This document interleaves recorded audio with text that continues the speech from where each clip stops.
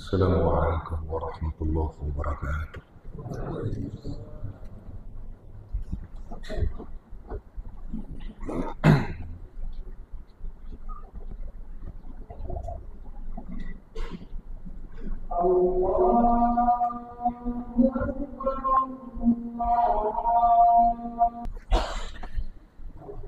Alhamdulillah alladzi allama al-Qur'an khalaqal insan allamahul bayan asy-syamsu wal qamaru bi husban. Asyhadu an la ilaha illallah wahdahu la syarika lah wa asyhadu anna Muhammadan abduhu wa rasuluhu wa la nabiyya ba'dah. Allahumma salli wa sallim wa barik wa karim ala nabiyyina Muhammadin wa ala alihi wa ashabihi wa man tabi'ahu bi ihsanin ila yaumiddin. Amma ba'du fa ya ibadallah, usikum wa nafsi bittaqwallah wa ta'atihi la'allakum tuflihun. Faqad qala Allah Ta'ala fi kitabihil karim, a'udzu billahi minasyaitonir rajim, bismillahirrahmanirrahim. Ya ayyuhalladzina amanu taqullaha haqqa tuqatih wa la tamutunna illa wa antum muslimun. Wa qala ta'ala aidan fi ayatin ukhra, ara'aita man ittakhadha ilahahu hawahu fa anta takunu 'alaihi wakila. Shadaqallahul 'azim. Ma'asyiral muslimin, shaimin, jamaah salat Jumat yang berbahagia.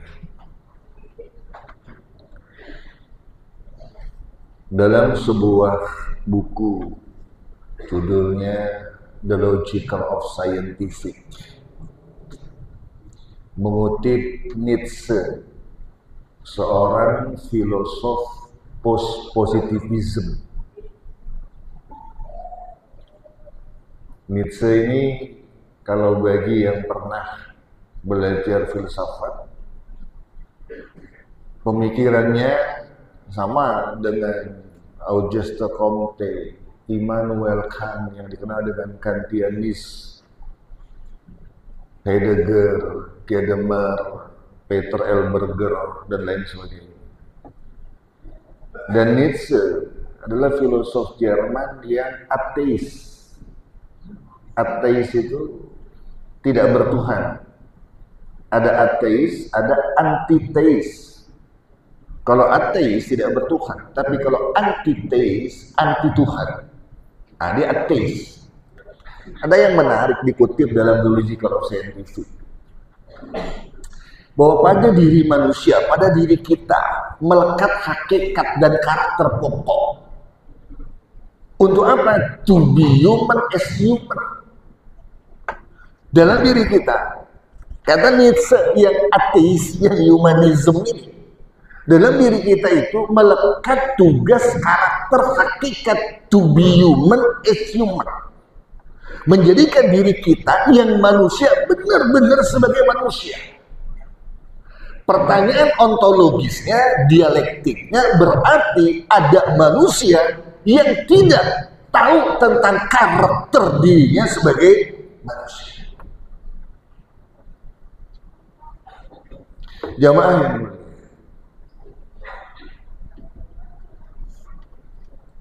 manusia terdiri dari jasmani dan ruhani.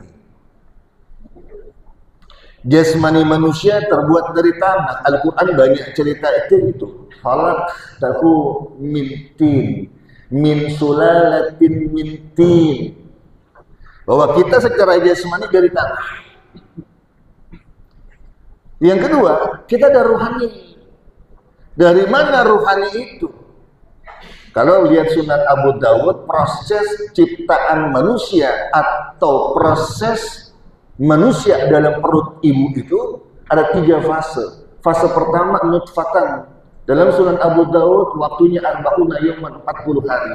Kemudian masuk fase yang kedua, fase alaqatan, arba'una yauman, 40 hari. Kemudian masuk fase yang ketiga, yaitu fase mudghatan. Berapa lama? Arba'una yauman. Jadi satu fase kepindah, fase kedua, fase ketiga memerlukan waktu 120 hari, kurang lebih kalau dalam hitungan bulan kita perlu waktu 4 bulan. Sesudah 4 bulan, lalu Allah berfirman sebagaimana dalam Al-Quran, wa nafakhtu fihi min ruhi, maka aku tiupkan ke dalam janin jabang bayi ini bagian dari ruhku, kata Allah. Dalam redaksi yang berbeda dalam Al-Quran, wa nafakhna fiha min ruhina, kami tiupkan ke dalam janin ini bagian dari ruh kami, kata Allah. Kalau jasmani dari tanah, dari materi, maka ruhani datangnya dari Allah Subhanahu wa ta'ala.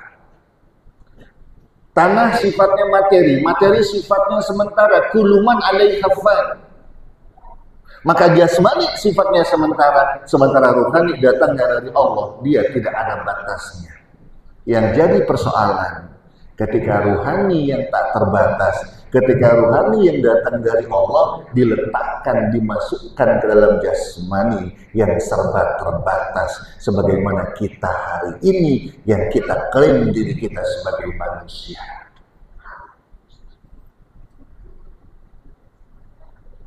Ruhani yang merdeka, ruhani yang bakoh, ruhani yang datang dari Allah, ruhani yang unlimited diletakkan dalam jasmani yang terbatas. Maka terjadilah pertarungan dalam diri manusia. Mana yang lebih dominan? Ketika jasmani yang lebih dominan, maka dia akan menjadi Tuhan bagi dirinya. Berapa banyak orang yang hanya mengejar kepentingan dan kenikmatan jasmaninya, kenikmatan biologis yang dia rasakan, bahwa puncak kesuksesan adalah ketika mencapai puncak kemenangan biologis. Tapi kalau ruhani yang dominan, maka dia akan merasakan bahagia karena mampu membebaskan diri dari cengkeraman jasmani. Bapak saudara, puasa hakikatnya adalah istiqlalun nafs, pembebasan rohani dari penjara jasmani. Tadi pagi kita sahur. Mungkin jarang di antara kita ketika sahur makan begitu lahap, nambah sampai 2 piring, 3 piring. Mungkin nggak ada. Padahal waktu sahur adalah waktu di mana kita harusnya istirahat dan tidur. Tapi kita bisa paksa diri kita bisa atur diri kita. Di saat kita tidur, kita bangun dan kita makan. Maka wajar kalau kemudian tidak ada orang-orang yang ketika sahur males makan sahur. Tapi karena ada hadis Nabi, tasaharu fa inna fi sahri barakah, kita paksa bangun sahur untuk makan walau cuma 2 sendok makan saja. Bentar lagi nanti maghrib. Maghrib puncak rasa lapar. Puncak rasa lapar maghrib. Tapi ketika azan berkumandang, Allahu Akbar, terbayang di saat rasa lapar, maka apa aja kita akan makan, apa aja kita akan masukkan ke mulut kita. Tapi ketika kebahagiaan hadir, maka apa yang kita lakukan? Seteguk teh manis, 2 butir kurma, selesai sudah rasa lapar dari subuh hingga maghrib. Itu. Artinya apa? Ternyata ruhani kita mampu mengatur dan mengendalikan jasmani. Rohani yang bebas, maka yang muncul adalah kebahagiaan. Apa kata Rasulullah? Lisa'im farhatan. Bagi orang yang berpuasa ada 2 kebahagiaan. Dan kebahagiaan yang pertama ketika ia berbuka. Kok iya? Iya. Kenapa? Karena pada titik itu rohani bebas dari jasmaninya. Tidak ada satupun di antara kita yang tidak lapar hari ini. Tidak ada satupun yang tidak ada haus saat siang ini. Tapi hari ini kita jadikan momentum Tuhan mampu membebaskan dari jasmani. Diam kau wahai perut, diam kau dalam lapar, diam kau dalam hausmu. Karena aku yang mengatur badanku, bukan aku diatur oleh dirimu. To be human as human. Manusia harus mengatur jasmaninya, bukan diatur oleh zamannya. Ketika jasmani mengatur, apa kata Quran? Ara'aita man ittakhadha ilahahu hawahu fa anta takunu alaihi wakila. Saudara hadirin jamaah yang mulia. Kemudian yang kedua, Rasulullah SAW menundukkan kota Mekah pada tahun ke-9 Hijriah, hari Jumat, tanggal 10 Ramadan. Rasul masuk Mekah, menundukkan kota Mekah, tanggal 9 Ramadan, hari Jumat, tanggal 10 Ramadan, hari Jumat, tahun ke-9 Hijriah, dalam keadaan puasa. Rasulullah SAW memenangkan perang Badar bersama sahabat juga dalam keadaan puasa. Rasulullah SAW memenangkan perang Khandaq juga dalam keadaan puasa. Rasulullah SAW bersama sahabat menang perang Tabuk juga dalam keadaan puasa. Apa maknanya? Puasa bicara prestasi, puasa bicara kemenangan, bukan bicara tentang kecerdasan. Puasa bukan kemudian kita lemah tak berdaya. Puasa bukan kemudian kita seolah-olah tidak memiliki daya lagi. Puasa bukan cuma sekedar mengumpulkan kewajiban, tapi puasa bicara prestasi, bicara kesuksesan. Kenapa? Karena orang yang sukses adalah orang yang mampu mengendalikan dirinya, orang yang mampu mengatur hawa nafsunya, orang yang mampu mengendalikan jasmaninya. Ketika Rasul ditanya, siapa orang yang cerdas? Apa jawab Rasul? Mandana nafsahu. Orang yang cerdas, orang yang hebat, bukan orang yang kuat, bukan orang yang hartanya banyak, tapi orang yang mampu mengatur dan mengendalikan hawa nafsunya. Yang pertama, to be human as human, maka bebaskan Tuhan dari belenggu jasmani.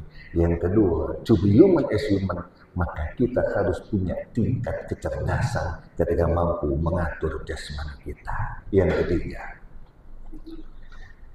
manusia dalam bahasa Arab satu akar dengan kata ins, uns, insan, nasun, anisun.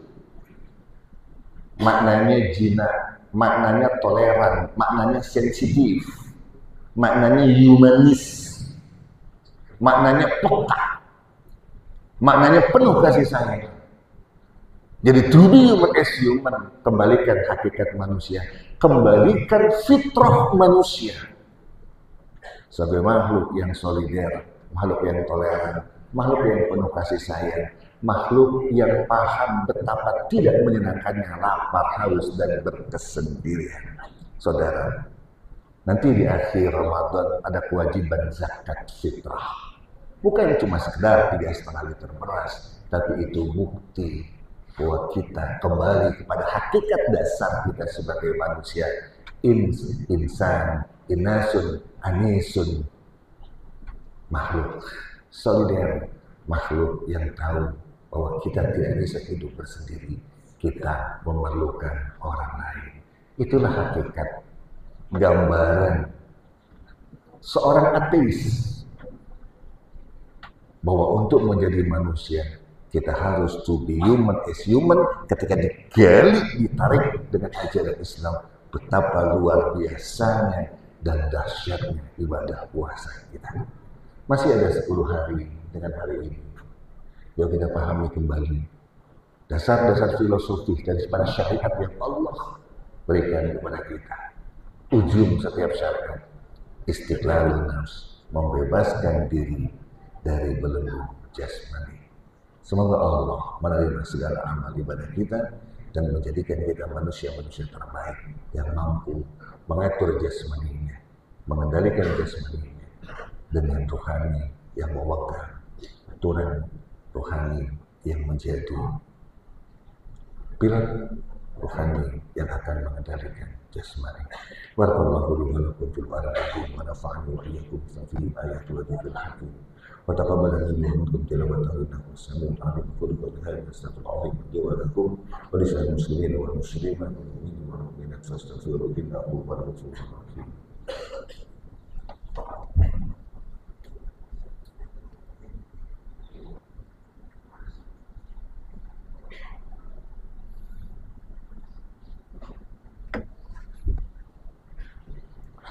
الحمد لله حمدا كثيرا كما امر، اشهد لا اله الا الله لا شريك له يقوم لنا جهاد به وكفر، اشهد ان محمدا عبده ورسوله صلى الله عليه وسلم. اللهم صل وسلم وبارك على نبينا محمد وعلى اله واصحابه وصحبه الكرام. وبعد فيا عباد الله اوصيكم ونفسي بتقوى الله وطاعته لعلكم ترحمون. فقد قال الله تعالى في كتابه الكريم: اعوذ بالله من الشيطان الرجيم، بسم الله الرحمن الرحيم، والعصر إن الإنسان لفي خسر إلا الذين آمنوا وعملوا الصالحات وتواصوا بالحق وتواصوا بالصبر.